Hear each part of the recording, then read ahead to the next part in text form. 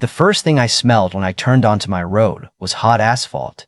And that made no sense because the nearest paving project was 6 miles away. Then I saw the floodlights behind my pasture, the excavator sitting where no excavator had ever belonged, and a black ribbon of fresh pavement cutting straight through a trail my family had protected for more than 200 years. By the time I reached the clubhouse across the property line, the woman responsible was holding a champagne glass under a banner that said, Cedar Ridge Community Greenway, smiling like she had just donated a playground instead of bulldozing history. My name is Daniel Mercer. I was 52 years old then, and I live with my son on 31 acres outside Doylestown, Pennsylvania, in the kind of rolling farm country where stone walls lean into old oak trees, and people still give directions using barns that burned down before they were born. For 21 years, I worked for the state as a regional historic resources specialist, which meant I spent most of my days walking through other people's properties, studying old deeds, measuring foundations, and telling developers that no, a building does not become worthless just because it is inconvenient. I was good at protecting other people's history. I had never imagined I would come home and find mine under 3 inches of commercial-grade asphalt.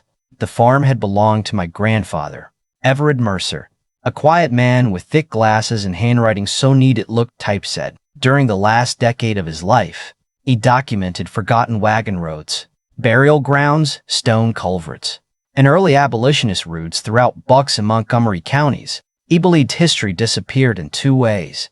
First, when people destroyed it, and then again when nobody bothered to write down that it had ever existed. When he died in 2011, he left me the farm, his field journals, an old leather survey bag, and a gray Morgan mare named Juniper. Juniper had a white blaze down her face, one chipped front tooth, and the patience of a kindergarten teacher on the final Friday before summer break. My son Caleb adored her. Caleb was 16, autistic, verbal, sharp, funny in a dry way that caught people off guard, and deeply attached to routine. After my wife Lauren died from ovarian cancer 5 years earlier, Caleb stopped riding for almost 2 months and barely spoke outside of school. Juniper was the one thing that pulled him back. Every morning at 6:45, he fed her half an apple, checked the left stirrup twice, and rode the old Mercer Lane behind our west meadow. The trail ran just under 1,000 feet through a stand of sycamore and walnut trees before curving toward an abandoned stone spring house. It was narrow, soft, and uneven, worn into the ground by generations of horses, wagons, farm carts, and people who had walked it long before anyone thought to name the roads. Along the edge stood 6 hand-cut limestone markers, the oldest dated 1803. My grandfather had documented every one of them. He had also entered the trail into a state historic transportation inventory in 2006, with supporting records tying it to a 19th century Quaker farm network. For Caleb, though, the trail was not a historic resource. It was the place where the morning made sense. On the other side of our northern fence sat Cedar Ridge Estates, a luxury subdivision built in 2015, 212 houses arranged around a clubhouse, a man-made pond, and a decorative clock tower that had never told the correct time. For years, we got along fine. Residents waved to Caleb when he rode past. A few retired couples asked permission to walk the trail, and I usually said yes because access and ownership are not the same thing, and I had no interest in becoming the angry farmer every neighborhood tells stories about. Then Marissa Vale moved in. Marissa and her husband Grant bought the largest house in Cedar Ridge, a 6-bedroom place with 4 garage bays and landscaping so symmetrical it made birds nervous.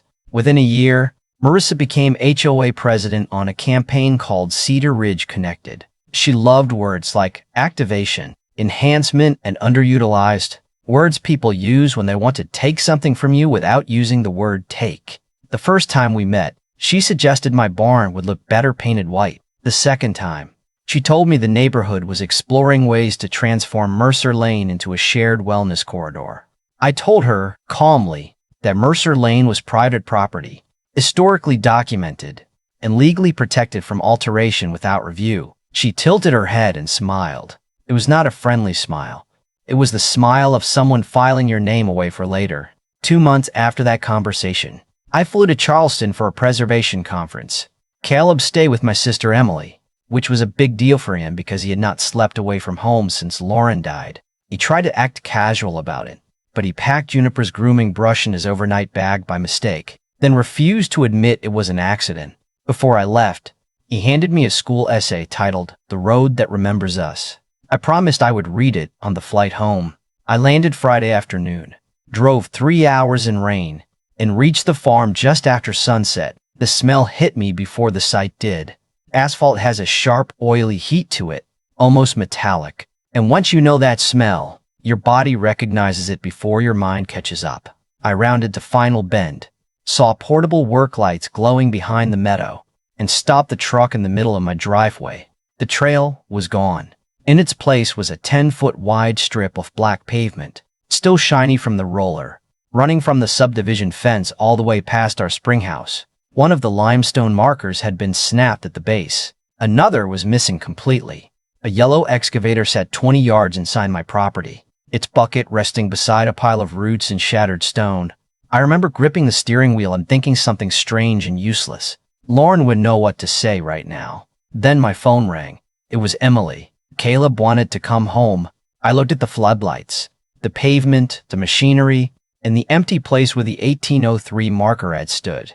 I asked her to keep him one more night. She went quiet for half a second and then said, "Daniel, what happened?" I told her I would explain tomorrow. Then I got out of the truck and walked toward the clubhouse. There were strings of white lights over the patio, a catering table, a local photographer, and at least 40 residents holding wine glasses. Marissa Vale stood in front of a green banner beside Grant, wearing a cream coat and holding a microphone. She was telling the crowd the new trail represented progress, connection, and a bold future for Cedar Ridge. I stepped into the light and said, "Authorized work on my land." The crowd went silent in that slow, uncomfortable way groups do when entertainment suddenly turns into evidence. Marissa lowered the microphone and smiled at me. "Daniel, you are back early." I asked again, "Who authorized it?" "The board did," she said, "unanimously. We knew you had concerns, so we handled the project while you were traveling to avoid unnecessary conflict." I looked past her toward the fresh pavement. "You crossed my property line, removed protected markers, destroyed a registered historic trail, and hired heavy equipment to do it." Marissa took a sip of champagne. "It is finished now. I think everyone will be happier if we discuss this Monday after emotions settle down." Grant stepped forward and adjusted his cuff. "Let us not turn this into some dramatic government situation, neighbor. I know people at the county. We can work something out." I looked at him, then at Marissa, then at the banner behind them. "You already turned it into a government situation," I said. "You just do not know which government yet." I walked home without waiting for an answer. That night, I sat at my grandfather's old desk, opened a new file folder, and wrote Cedar Ridge destruction across the tab. By 2 in the morning, I had downloaded drone images, pulled the state inventory records, emailed the Heritage Crimes investigator, saved every HOA social media post from the grand opening, and sent a formal notice preserving all evidence. At sunrise, I stood at the kitchen window watching steam rise from the ruined trail. Juniper lifted her head from the pasture and stared toward the black pavement. I told her we would fix it. At the time, I believed I was making a promise to a horse. I did not yet understand I was making one to my son, my grandfather, and people whose names had been buried in those old field journals for more than a century. The next morning, I picked Caleb up from my sister's house, and he came to the front door already wearing his riding boots, carrying his essay in a blue folder against his chest like it was something fragile. He looked at me once, then passed me toward the truck. "Is Juniper okay?" he asked. "Juniper is fine," I said. "The trail is not." He stood still for a moment, taking that sentence apart in his head. Then he nodded and said, "I want to see it before you explain it." On the drive home, I told him what Marissa had done, how the HOA had hired a contractor, crossed the survey line, removed the old markers, and covered Mercer Lane in asphalt while we were away. I kept my voice steady because Caleb heard fear the way some people hear music, even when you thought you were hiding it. He listened without interrupting, both hands resting on the blue folder. When we reached the West Meadow, he asked me to stop 20 feet from the pavement. He got out, walked to the place where the 1803 marker had stood, and crouched beside the broken base. He placed his palm flat against the dirt. For nearly a minute, he said nothing. Then the tears came, slow and silent, sliding down his face while his shoulders stayed perfectly still. I sat beside him and waited. After a while, he said, "You can put the rocks back, but you cannot make it feel like before." "I know," I said. "Are they going to pave more of it?" "No, not another inch."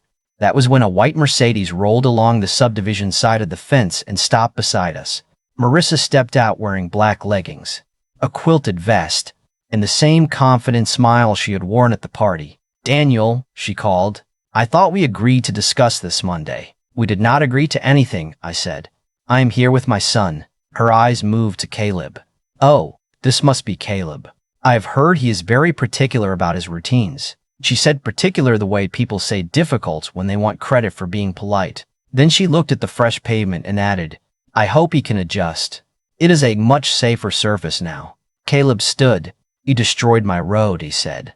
Marissa gave him a gentle little smile that made my hands curl into fists. "Honey, it is not your road. It is a community improvement." Caleb opened his folder, pulled out a copy of the state registry page, and recited the entire resource number from memory. Then he said, "It was registered before your house existed." Marissa's smile slipped for the first time. I almost thanked him. Instead, I put a hand on the shoulder and led him back to the truck. That evening, we kept the curtains closed. At 11:17, a beer bottle came through our front window, glass scattered across the living room rug, and Juniper kicked once against her stall wall in the barn. Our porch camera captured a dark pickup speeding down the driveway, along with the license plate, the driver, and the passenger laughing through the open window. The driver was Tyler Kessler, the 19-year-old son of one of Grand Vale's golfing friends. He'd been arrested the previous spring for drunk driving. By 8 the next morning, Trooper Lena Brooks was sitting at our kitchen table with a coffee and a notebook, taking Caleb's statement so gently that he eventually corrected her spelling of sycamore and even smiled. After she left, he looked at me and said, "Dad, I want to help with the case." "You already are," I said. "No, I mean really help. I want to know what every document means." I looked at him, at the careful way he had arranged the broken glass photographs by timestamp, and I saw my grandfather in him. "All right," I said. "We fight it together." Monday morning, I filed the formal heritage complaint at the Bucks County Courthouse. The clerk, a woman named Renee Palmer who had worked with me for years, stamped the paperwork, then slid it back across the counter with a yellow note attached. "Be careful," it said. "Grant knows Commissioner Hale." Commissioner Victor Hale chaired the County Land Use Review Board, the same board that would normally oversee an emergency violation involving disputed property access. A few calls later, I learned Grant and Hale shared a membership at a private golf club, and had appeared together in photographs from a charity tournament 3 weeks earlier. By Tuesday, my complaint had been placed on administrative hold. That was the moment I stopped being surprised. People like Grant did not believe rules were fake. They believed rules were real for everyone else. I filed a formal recusal request against Commissioner Hale, copied the State Ethics Office, the Inspector General, and the Public Records Division, then attached the photographs, event roster, and donation disclosures. At the same time, I notified my own agency that I was recusing myself from any official role in the Mercer Lane investigation because I own the property. My supervisor, Ellen Price, assigned the case to Miriam Cole, a senior preservation counsel from Harrisburg with silver hair, a calm voice, and the emotional warmth of a courtroom metal detector. Ellen called me that afternoon. "Daniel," she said, "you did the right thing by stepping aside. Miriam will take it from here. And for what it is worth, nobody in this department is afraid of an HOA president with a caterer." I laughed for the first time all week.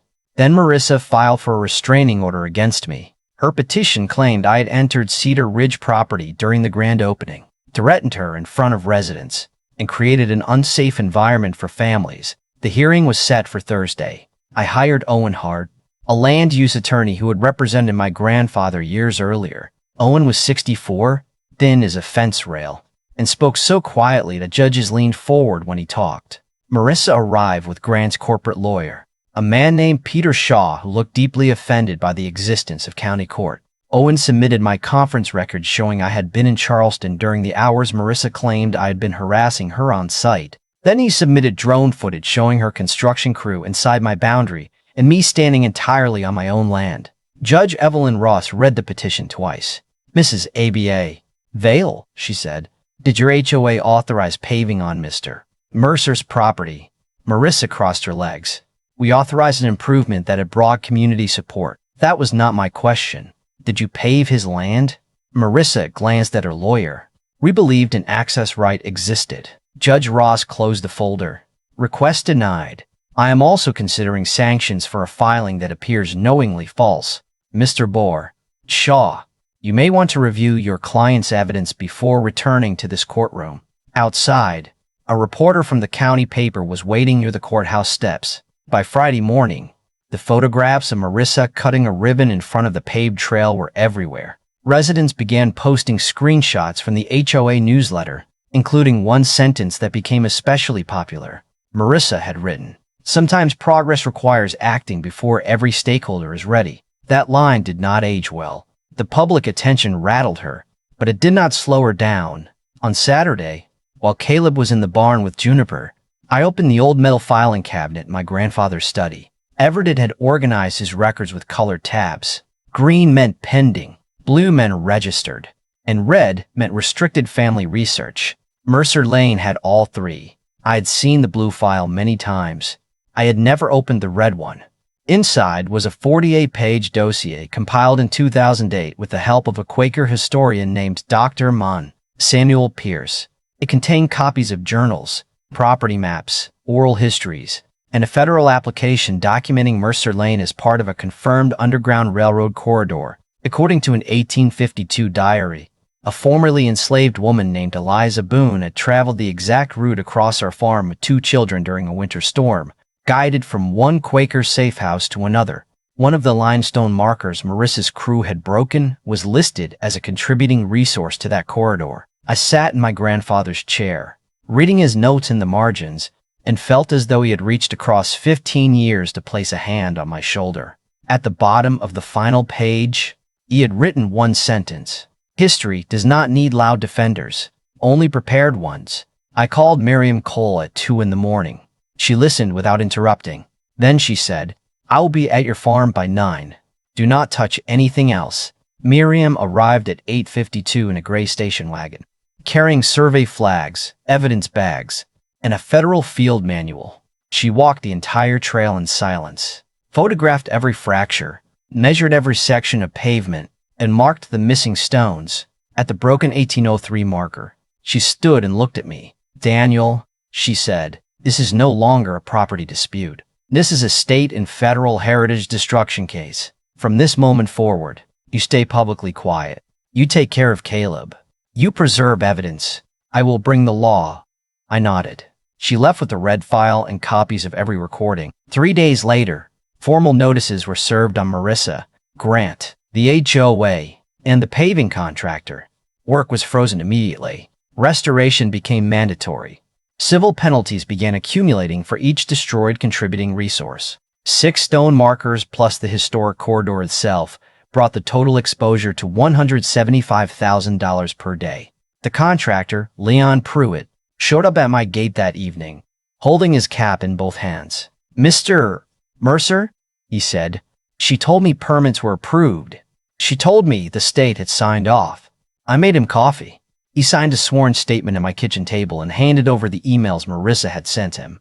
In one of them, she wrote, "Daniel will object, but once the surface is down, no agency will spend the money to make us remove it." That sentence changed everything. The next week, Marissa tried to change the trail zoning by filing a petition claiming it had become common community property through continuous public use. She needed signatures from nearby landowners. Most subdivision residents signed because they were terrified of being blamed for the growing penalties. Our elderly neighbor, Clara Boone, refused.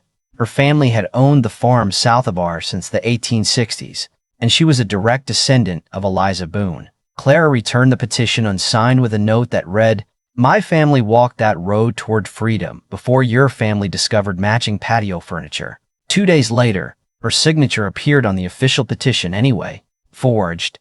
Clara called me so calmly that I knew she was furious. "Daniel," she said, "they signed my name." Trooper Brooks took her statement within the hour. By sunset, forgery and falsification charges had been added to the investigation. I thought Marissa had finally run out of bad decisions. Then Caleb's school called. Someone had posed as a parent and asked questions about his autism. his mother's death, his behavioral records, and whether I was mentally stable enough to care for him. The office had given them nothing, but the number traced back to a communications company paid by a holding business owned by Grand Vale. That was when the FBI became interested. And that was also when I understood the Vales were no longer trying to win a trail dispute. They were trying to frighten my son, discredit me, and make us disappear before the hearing. 3 mornings later, at 4:46, my phone rang. It was our neighbor Frank Dugan, a retired Marine who had volunteered to watch the cameras. "Daniel," he whispered, "there's another paving truck in your pasture. They are trying to finish the trail before sunrise." I was already reaching for my boots when he said, "Do not come down here. I have them on video." And one of the crew members just handed me Marissa Vale's email. She wrote the order herself. By 5:15 that morning, Trooper Brooks was standing beside Frank in the pasture while the paving crew explained, with the nervous honesty of men who had just realized they were holding evidence, that Marissa had hired them through a different company name and told them the court order had been lifted. The foreman, a broad-shouldered man named Curtis Wade, handed over his phone without being asked. The email was short, direct, and devastating. "Finish the western section before daylight.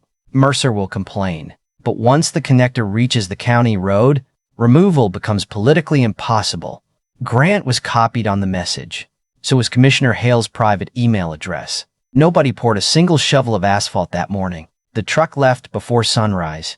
The crew signed statements by breakfast, and Commissioner Hale announced his temporary leave of absence before lunch. 2 days later, Caleb and I drove to Harrisburg for the hearing. He wore a navy jacket that had become slightly too small in the shoulders and carried his blue folder under one arm.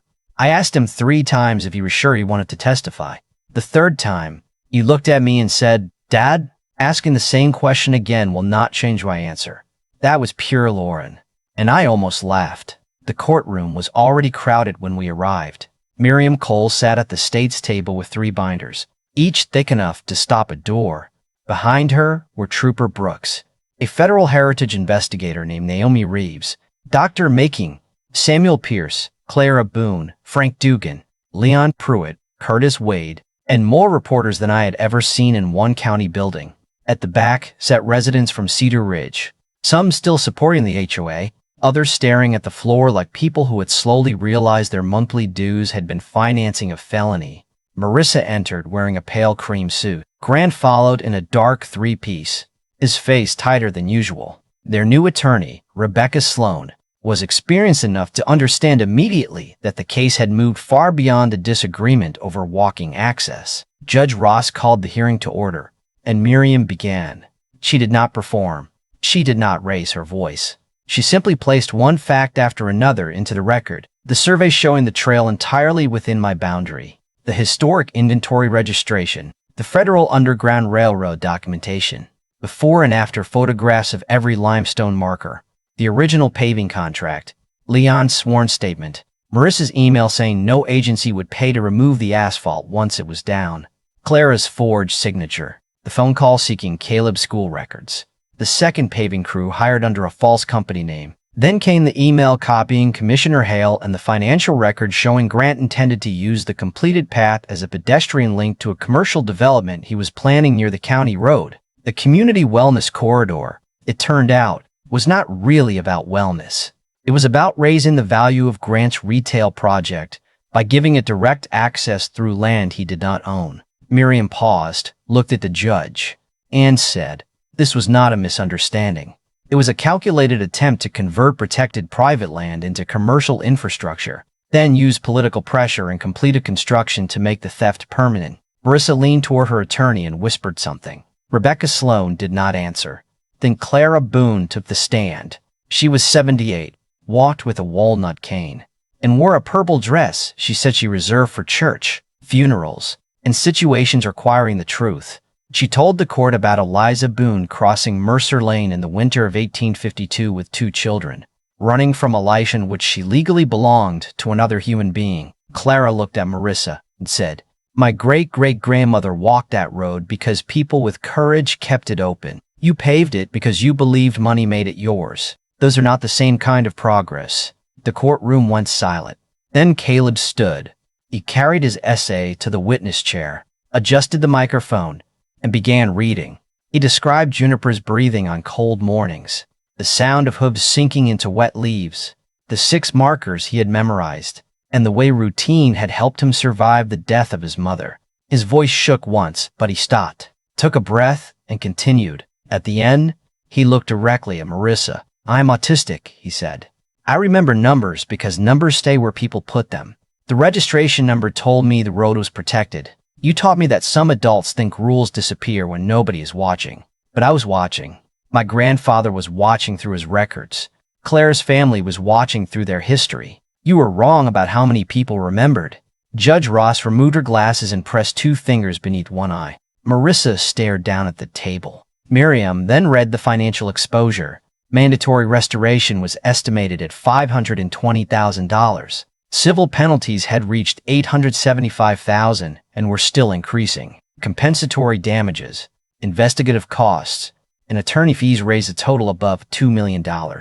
Federal prosecutors were reviewing destruction of a protected underground railroad resource, while state authorities were preparing charges involving forgery, obstruction, false filings, witness intimidation, and conspiracy. Grant's real estate project was under separate investigation. Rebecca Sloan rose slowly.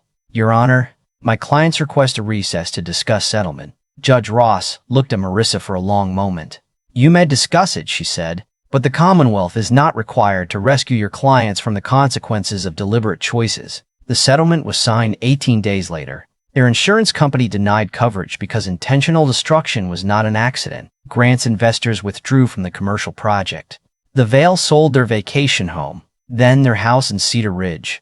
The total civil resolution came to $2,360,000, including restoration, penalties, damages, investigative expenses, and funding for long-term preservation. Marissa pleaded guilty to destruction of historic resources and forgery. She received supervised probation, community service, and a permanent ban from serving on any nonprofit or community association board in Pennsylvania. Grant accepted a plea involving conspiracy and obstruction, paid restitution, and was barred from participating in county development projects for 12 years. Commissioner Hale resigned before the Ethics Commission completed its report. Several Cedar Ridge homeowners later sued the former board for spending HOA money on unauthorized construction and legal retaliation.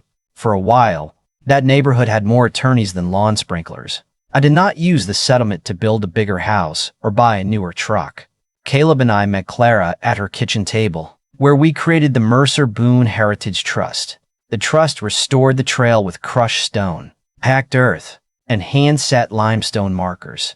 It created an educational program about the Underground Railroad corridor, funded equestrian therapy for autistic children, and established a scholarship for young preservation students from families whose history had been ignored or erased.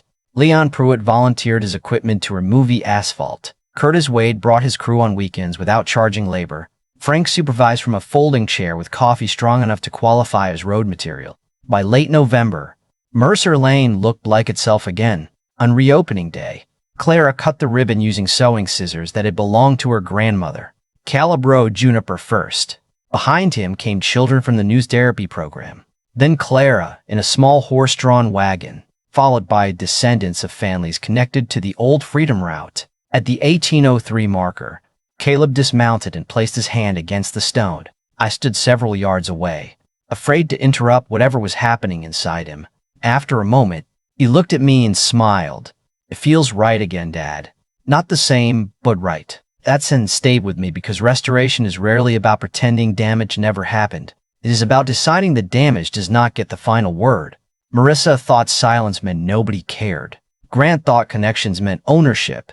They both mistook patience for weakness, and they learned too late that quiet people often keep the best records. So tell me what you think. Should the Vales have gone to prison, or was paying millions and losing everything enough? And if an HOA destroyed something your family had protected for generations, would you fight through the system, or would you handle it another way?